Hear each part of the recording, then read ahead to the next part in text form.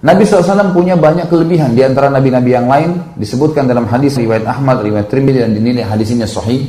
Imam Ahmad nomor 13.412, Imam Tirmidzi 2.272. Kata Nabi SAW, "Fuddiltu 'alal anbiya'i bi sittin, u'titu jawami al-kalimi wa nusirtu bir-ru'bi wa uhillat liyal ghanaimu wa ju'ilat liyal ardu masjidan wa tahura wa ursiltu ilal khalqi kaffatan wa khutima biyan nabiyyun." Aku diutamakan atas para nabi dengan 6 perkara. Ada 6 hal yang tidak dimiliki nabi selain Nabi Muhammad SAW.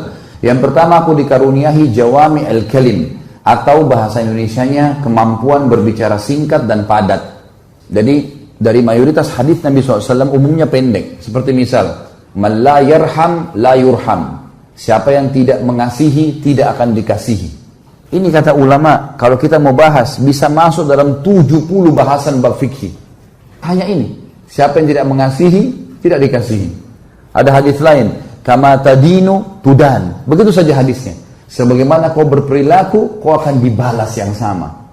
Hadis yang lain, "Al-jaza'u min jinsil amal." Balasan akan datang sesuai dengan kadar perbuatan seseorang. Begitu sih. Pendek, padat, maknanya luas.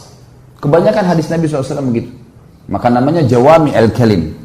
Biasanya nabi-nabi sebelum Nabi Muhammad SAW, mereka menyampaikan dengan panjang lebar. Tentu ada hadis Nabi yang panjang ya, seperti kisah tentang tanda-tanda hari kiamat. Itu memang panjang-panjang semua. Tetapi Nabi SAW diberikan kelebihan ini. Dan ini tidak diberikan Nabi sebelumnya. Ini kelebihan yang pertama, ada 6 ya. Yang kedua, beliau mengatakan, aku diberi pertolongan atas musuh dengan rasa takut. Dalam hadis yang lain Bukhari juga dikatakan, "Nusirtu birru'ma sirata syahr." Aku diberikan kelebihan rasa takut yang tertanam di dalam hati musuh-musuhku jarak 1 bulan perjalanan. Jadi kalau Nabi SAW menyerang satu lokasi, sebulan sebelum beliau menyerang itu sudah pada mengalah mereka. Ketakutan sendiri. Makanya waktu Nabi SAW menyerang Khaybar, teman-teman, di Khaybar itu tidak kurang dari 20.000 pasukan Yahudi siap perang. 20.000 orang. Pasukan Nabi SAW berapa? Nabi SAW dengan para sahabat cuma 1.400 orang menghadapi 20.000 orang. Nggak berimbang. Tetapi waktu pasukan Nabi SAW tiba, Yahudi ketakutan semua di bentengnya. Nggak ada yang berani keluar. Sampai Nabi SAW dengan 1.400 menembus lebih dari 10 benteng mereka. Kalah semuanya. Walaupun perjalanan cukup lama. Setelah mengepung sekitar 40 sekian hari, baru menembus benteng-benteng mereka ini. Tapi di sini tertanamkan rasa takut dalam hati Yahudi, mereka tidak berani menyerang. Begitu pula pada saat Nabi SAW menghukum banyak kabilah-kabilah Arab yang terlibat dalam perang Ahzab. Ini kalau teman-teman ikuti kajian saya di YouTube tentang sirah, ada perang Ahzab. Panjang lebar saya ceritain tentang mekanisme peperangan, bagaimana hikmah kemenangan pada saat itu, bagaimana Allah memberikan kemenangan, rasa takut yang tertanam di dalam hati-hati musuh dan seterusnya. Yang jelas, ini kelebihan yang kedua. Tertanam jarak 1 bulan perjalanan, rasa takut di hati musuh-musuh beliau sallallahu alaihi wasallam. Yang ketiga, dihalalkan bagiku harta rampasan perang, ghanimah. Kalau pasukan muslim bertemu dengan pasukan kafir dan kita menang, semua yang di pasukan itu jadi ghanimah. Manusianya sampai alat-alatnya, semua jadi ghanimah, harta rampasan perang. Kalau seseorang di antara kita duel dengan seseorang kafir dan kita berhasil mengalahkan dia, maka semua yang berada pada dia, dari perisainya, dari baju perangnya, dari pedang, dari apa, semua punya kita, pribadi. Kalau duel. Tapi kalau perang umum, lalu mereka kalah, maka dikumpulkan di depan pemimpin pasukan perang, komando perang, lalu nanti dia akan membagi rata. Namanya ghanimah, harta rampasan perang. Itu halal. Sebelum Nabi Muhammad SAW, ghanimah haram. Nggak boleh. Semua nabi-nabi sebelum Nabi Muhammad SAW, kalau mereka menang peperangan, maka seluruh ghanimah, harta musuh yang didapatkan dikumpulkan, lalu nabinya berdoa, lalu datang api dari langit membakarnya. Tidak ada ghanimah buat mereka. Apapun, pokoknya punya musuh, kumpulin sampai untuk gunung, nabinya berdoa turun api dari langit menyambar, terbakar. Gak bisa mereka ngambil, haram ghanimah. Tapi syariat Nabi SAW halal. Ini yang ketiga. Yang keempat, bumi ini dijadikan masjid dan suci bagiku.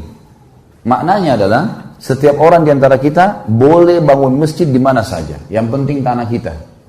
Tanah yang jelas diwakafin atau tanah kita boleh kita bangunin. Tidak ada istilah, oh di tanah wilayah ini jangan dibangunin, tidak ada. Mau negara itu dipimpin kafir kah, dipimpin muslim kah, pokoknya bumi semuanya boleh dibangun masjid. semuanya boleh jadi masjid.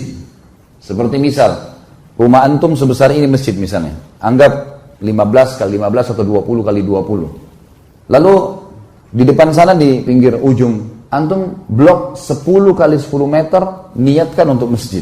Ditutup triplex. Sudah mulai sekarang ini masjid. Maka tiba-tiba rumah antum berubah jadi hukum masjid. Detik itu juga. Atau antum kosongin rumah antum, saya mau pindah deh. Rumah ini saya wakaf masjid, tinggal pasang kubah masjid. Sudah berubah jadi masjid tiba-tiba. Antum sudah dapat istana di surga. Ini makna sabda Nabi SAW dijadikan untuk bumi semuanya masjid.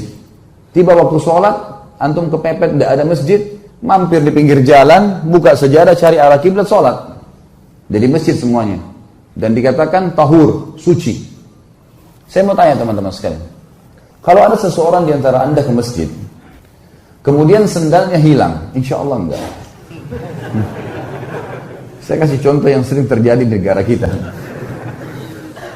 Jangan lagi dipelintir perkataan saya ini. Khalid Basalamah menghina Indonesia. Ada-ada saja. Jadi teman-teman kalau hilang sendal, terus antum mau pulang ke rumah, nggak pakai sendal, jalan kaki nggak pakai sendal, injak tanah, batal wudunya nggak? Nggak batal, karena dasarnya bumi itu suci, kecuali jelas-jelas antum injak najis. Ini poin penting ya. Makanya Nabi mengatakan dijadikan bumi semua bagiku masjid dan suci. Antum boleh tayamum dengan tanah manapun, selama memang tidak berubah bau dan jelas ada indikasi masalah najis.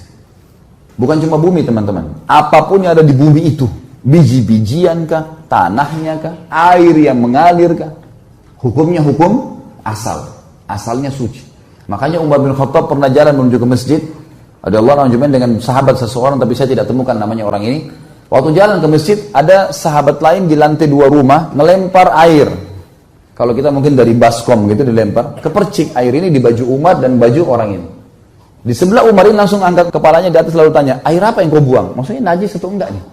Umar pegang tangannya mengatakan, jangan kau tanya, dia di atas disunjuk, jangan kau jawab. Tahu kenapa? Karena hukum air suci sampai berubah warna, bau dan rasa. Ini kalau kayak sudah minuman ini, air juga, tapi sudah berubah warna.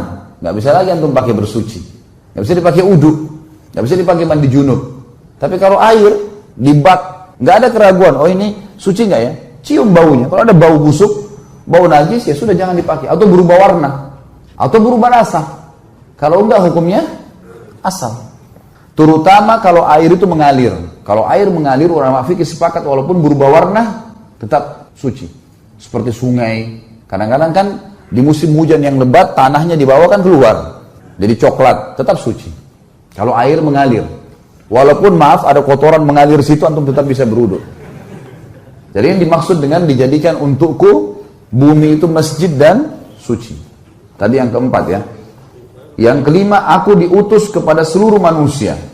Aku diutus untuk seluruh manusia. Ada hadis lain berbunyi, semua nabi-nabi sebelumku diutus khusus untuk kaumnya, dan aku diutus untuk seluruh alam semesta. Dalam riwayat lain beliau juga berkata sallallahu alaihi wasallam, aku diutus untuk golongan merah, maksudnya jin dari api, dan aku diutus untuk golongan hitam, maksudnya manusia dari tanah.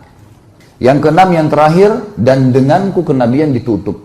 Tidak ada lagi nabi setelahku. Nah ini kelebihan baginda Nabi SAW dibandingkan nabi-nabi yang lain.